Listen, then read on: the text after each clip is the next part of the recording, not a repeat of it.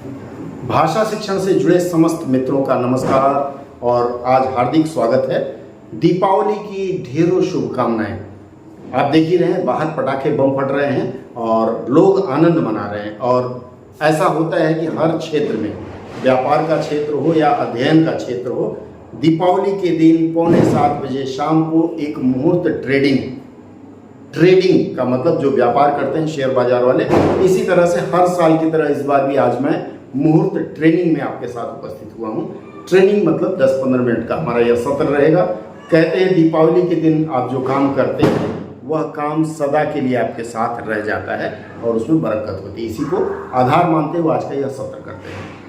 मित्रों, पुनः एक बार हम लोग द हिंदू के हिंदी एडिटोरियल की व्याख्या करेंगे और समीक्षा करने का प्रयास करेंगे। आइए शुरू करते हैं। देखिए, द हिंदू हिंदी एडिटोरियल के आज के सत्र में जो एडिटोरियल आप देख पा रहे हैं स्क्रीन पर, देखिए इसमें लिखा हुआ है निष्पक्ष व्यापार। इसकी अंग्रेजी भी उपलब्ध है, हम हिंदी वाले की बात कर रहे हैं।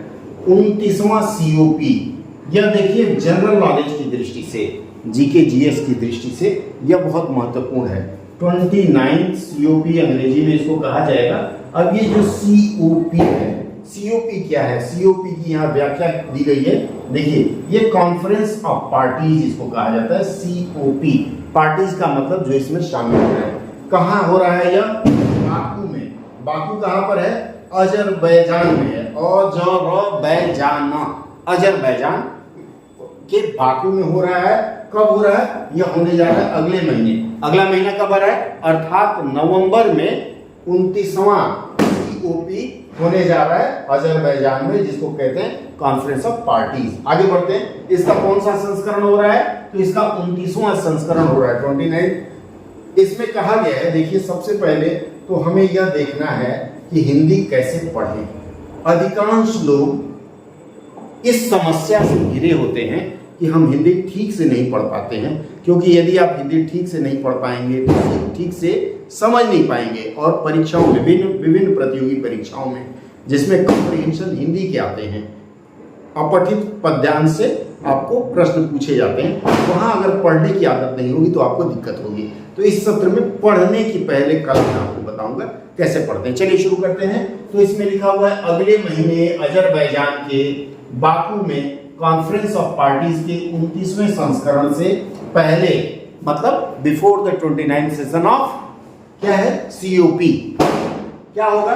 भारतीय उद्योगों को कार्बन बाजारों की ओर ले जाने की गति बढ़ाने के लिए सरकारी हलकों में एक नई ऊर्जा है। देखिए हो क्या रहा है यहाँ, द हिंदू का जो अंग्रेजी संस्करण है, उस अंग्रेजी संस्करण का यहाँ मशीनी अनुवाद किया गया है। इसलिए यह जो ऊर्जा शब्द है यह गलत है, क्योंकि आप देखिए ऐसे पढ़ने में ही ऊर्जा गलत प्रतीत होता है। यहाँ कहा जाएगा कि सरकारी हलकों में एक नई चर्चा है कि क्या करना है? कार्बन बाजार की ओर लेके जाना है। कार्बन बाजार के बारे में आपको पता होगा कि जिस देश में कार्बन उत्सर्जन ज्यादा है वह दूसरे देश से, जिस देश में कार्बन उत्सर्जन कम है, उससे वह कार्बन क्रेडिट खरीदेगा। एक तरह का छलावा है, लेकिन अंतरराष्ट्रीय नियम बन रहा है तो कुछ नहीं कर सकते।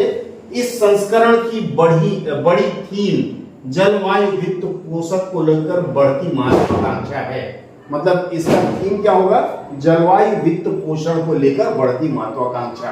लेकिन एजेंडे में ये जो एजेंडा है, एजेंडा को हिंदी में कहा जाता है कार्यसूची। कार्यसूची या सूची, इसमें सही क्या है? ये नीचे वाला सही है, ऊपर वाला गलत है। तो इसमें एजेंडा को कहा जाता है कार्यसूची, लेकिन एजेंडे में एक प्रमुख विषय कार्बन बाजारों को लेकर स्पष्टता है। वर्ष 2015 के पेरिस के जलवायु समझौते के तहत, ये जो 2015 का पेरिस का जलवायु समझौता हुआ था, यह बहुत महत्वपूर्ण है, क्योंकि यहाँ जलवायु और पर्यावरण से संबंधित बहुत सारे निर्णय लिए गए थे। तो 2015 में हुआ था, ध्यान रखिएगा, पेरिस समझौता इसको कहते हैं। मौजूद एक विशिष्ट धारा जिसे अनुच्छेद 6 कहा जा रहा है। अनुच्छेद 6 का मतलब हो गया article 6 of Paris, PARIS accord. ये किसमें? पर्यावरण से संबंधित है, नोट कर लीजिएगा, काम आएगा।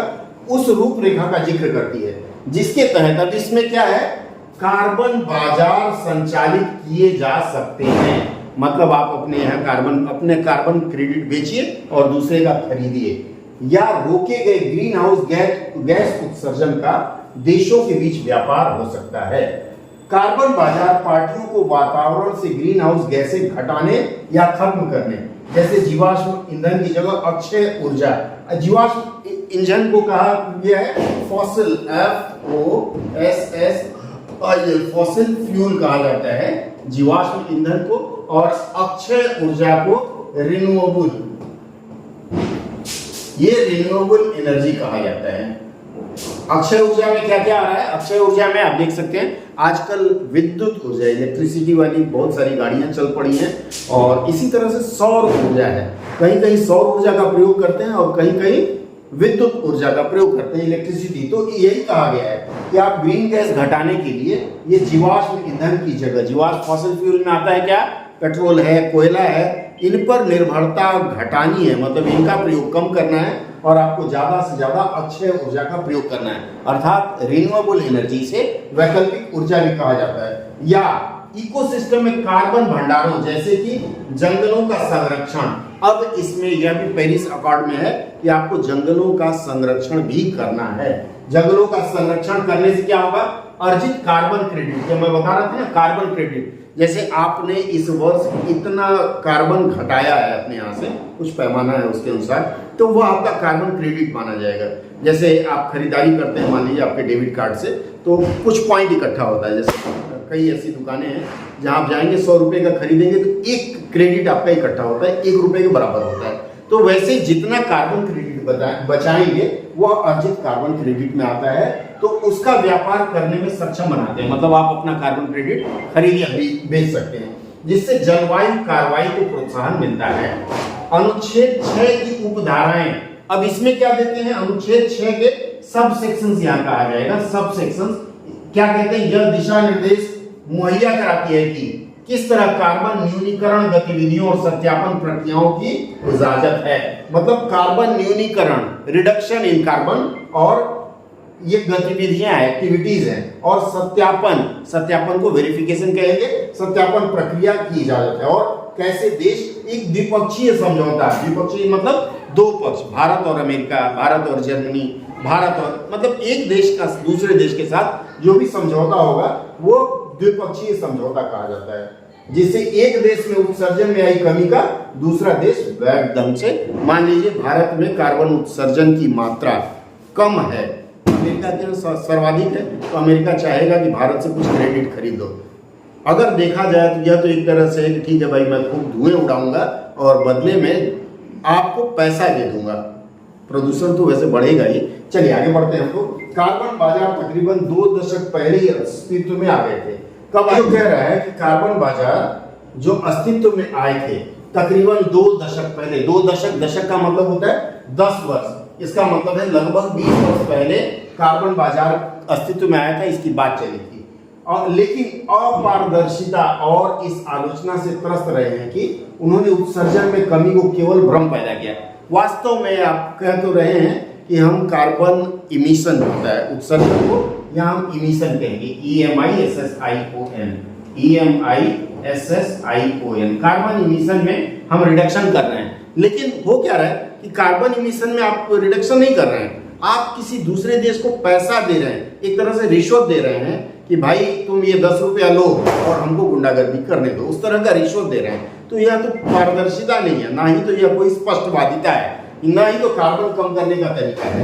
हालांकि ऐसे बाजार पुनर्जीवित हो गए हैं, मतलब देश अपना कार्बन क्रेडिट बेचने के लिए तैयार हो गए हैं कई देश, पर इसको लेकर अस्पष्टता बनी हुई है कि कार्बन क्रेडिट का सत्यापन कैसे होगा। मान लीजिए मेरे पास 150 कार्बन क्रेडिट है, मैं अमेरिका को बेचना चाहता हूं, तो आखिर इसका सत्यापन कैसे करेंगे कि 150 क्रेडिट में मैंने 50 क्रेडिट अमेरिका को दिया, वास्तव में मेरे पास 150 क्रेडिट है, इसका सत्यापन कौन करेगा? यह आज भी समस्या बनी हुई है। उम्मीद है कि बाकू में इस समस्या का अंतिम हल निकल सकता है। और अगले साल देशों द्वारा पहले वैलिड क्रेडिट का दावा किए जाने की शुरुआत हो सकती है। अभी ये कार्बन क्रेडिट बेचे जाने की शुरुआत नहीं हुई है और यह उम्मीद जताई जा रही है कि जो वैलिड कार्बन क्रेडिट है उसकी शुरुआत अब अगले वर्ष से होनी शुरू हो संभवतः। ये कोर्ट में पता चलेगा। वर्ष 2030 तक इसका लक्ष्य है कि वर्ष 2030 तक अपनी आधी बिजली गैर जीवाश्म ऊर्जा स्रोतों, नॉन फॉसिल फ्यूल, गैर का मतलब होता है नॉन और फॉसिल इसका लिखेंगे और फ्यूल NF कर सकते हैं, से बनाने की अच्छी स्वैच्छिक प्रतिबद्धता के चलते भारत कई कार्बन न्यूनीकरण परियोजनाओं का घर बनकर लाभान्वित होने वाला है। हमारे यहाँ सौर ऊर्जा पर काम हो रहा है, हमारे जल ऊर्जा पे काम हो रहा है, हमारे यहाँ बिजली पे काम हो रहा है। बिजली कहाँ से? यही जल ऊर्जा से, तो हाइड्रो जिसको कहा जाता है, तो उस पर भारत में काफी काम हो रहा है। तो भारत का स्वाभाविक है कार्बन क्रेडिट बढ़ेगा, तो उस पर काम हो रहा है और भारत कार्बन क्रेडिट का भी एक अच्छा बाजार बनकर उभरेगा। भारत में निजी क्षेत्र के ऐसे उद्यम भी तेजी से बढ़ रहे हैं जो नवोन्मेषी वानिकी परियोजना, नोट कर लीजिएगा, इसको स्थापित कर सकते हैं। ये परियोजनाएं क्या करेंगी कि कार्बन को लॉक कर सकती हैं तथाकथित स्वैच्छिक कार्बन बाजारों के लिए सौदा करके बहुराष्ट्रीय कंपनियां इन्हें बहुत क्रेडिट दावा कर सकती हैं। मतलब वही कार्बन क्रेडिट को बेचने की बात हो रही है। भारत का लौह एवं इस्पात उद्योग उन 9 तरह के उद्योगों में शामिल है जिनमें 2025 तक उत्सर्जन तीव्रता मानकों को पूरा करने की उम्मीद है। देखिए यह बहुत महत्वपूर्ण बिंदु है कि भारत का लौह इस्पात उद्योग किसमें 9 तरह के उद्योग हैं। मतलब यहाँ कहा गया है कि 9 तरह के उद्योग हैं जो चिन्हित किए गए हैं कि कार्बन ज्यादा उत्सर्जित करते हैं। उसमें भारत का लौह एवं इस्पात उद्योग है, आयरन एंड स्टील। कब? 2025 तक उत्सर्जन मानक पूरा करने की उम्मीद है। उत्पादन की प्रति इकाई के लिए कार्बन की मात्रा सीमित करके यह भारत के कार्बन बाजार की औपचारिक शुरुआत करेगा जो नियामकीय प्रवर्तन पर निर्भर करेगा। इन्फोर्समेंट प्रवर्तन, नियामकीय रेगुलेटरी, तो यहां नियामकीय के लिए होता है रेगुलेटरी और प्रवर्तन के लिए होगा इन्फोर्समेंट। लेकिन यह जटिल गणनाओं को न्योता देगा, मतलब इससे जटिल गणनाएं होंगी। देखिए यहां तक जो मैंने पढ़ के सुनाया आपको, आप इसी तरह से रोज एक पैसेज पढ़ने की आदत डालिए। यदि आप इस तरह से बोल बोल के और जो महत्वपूर्ण बिंदु हैं उसको पेंसिल से मार्क करते चले, यह आपकी स्टडीज का, आपके अध्ययन का एक अनोखा तरीका होना चाहिए। उसमें क्या होगा, जैसे ही आप मार्क करते हुए चलेंगे, अब इससे संबंधित जो प्रश्न आएंगे उनका आप आसानी से जवाब दे सकते हैं। जैसे मान लीजिए मैंने आपसे पूछा कि भारत में लौह इस्पात उद्योग में किस 9 उद्योगों में शामिल है। आपको पता होना चाहिए कि ये 9 उद्योग कौन कौन से हैं। मैंने आपसे पूछा रेगुलेटरी इन्फोर्समेंट की हिंदी इस पूरे पद्यांश में कहाँ है, आपको पता होना चाहिए। मैंने कहा कि किस वर्ष तक कार्बन उत्सर्जन से संबंधित जो कार्बन क्रेडिट का मसला है वह हल हो जाना चाहिए, 2023 तक। फिर आपको मैंने इससे पहले बताया था कि 2025 तक इस पर काम कर लिया जाना है। कार्बन क्रेडिट क्या है, कैसे है, इस अंश में पूरा का पूरा है। अब यह जो अंश मैंने आपको पढ़कर सुनाया उसमें एक महत्वपूर्ण बिंदु यह है कि यदि आपको पॉल्यूशन से संबंधित, प्रदूषण से संबंधित कोई निबंध लिखना हो तो इस पैसेज को आप उसमें समाहित कर सकते हैं, आपका काम हो जाएगा। मित्रों, आज के मुहूर्त ट्रेनिंग में बस इतना ही। अगली चर्चा में पुनः जुड़ेंगे। अगर अच्छा लगा हो तो मैं आपकी प्रतिक्रिया चाहूंगा। आप लोग संदेश बॉक्स में जरूर प्रतिक्रिया देंगे कि इस तरह का सत्र आपको कैसा लगा, भविष्य में इसमें और क्या जोड़ा जा सकता है, इसकी भी आपकी ओर से प्रतीक्षा रहेगी। बहुत बहुत धन्यवाद। जय हिंद। दीपावली की ढेरों शुभकामना। नमस्कार।